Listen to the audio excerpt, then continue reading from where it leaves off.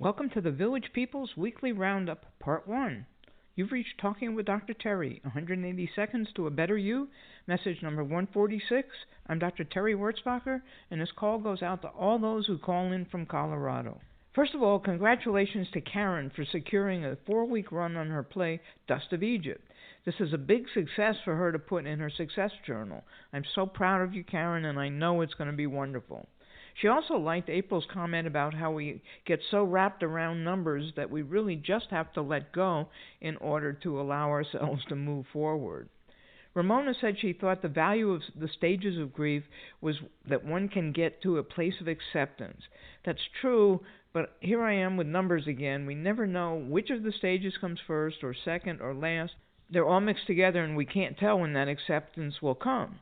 I guess another way to say it is that grief isn't scripted. Kathy, your donation means more than you could ever know. April is glad I mentioned polarization. She said she'd learned that polarization can keep us from progressing into higher levels of success.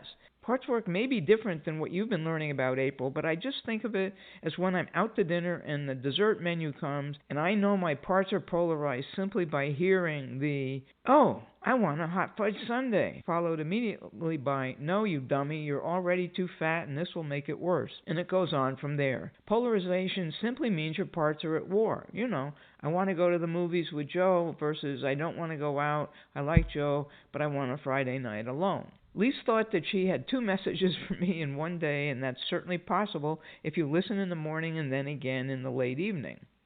Also, Lise, congratulations on continuing your walking around the block streak and now for doing it 2 times each day. On to the Remember When call. Karen likes the way I analyze what I'm learning. I won't say more because she stimulated an entire call, which will be next week. I love Ramona talking about her response when people ask how she's doing. She usually responds, "Mostly good," reflecting her realistic optimism. She says people's responses are intriguing. Some will say, "Oh, I like that, I'm going to steal it." Others will say, "Mostly good, what's wrong?" It just brings to light more about the issues with perception that we've talked about. Frank told me how it helped him to remember some of the deals and successes he'd had in the past, and that gave him more confidence going into a meeting about a deal he had the day he listened to it. That was pretty cool, Frank. Thank you.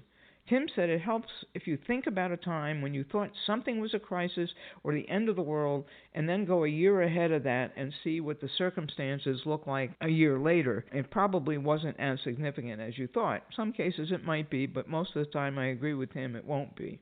Have a diamond rest of your day.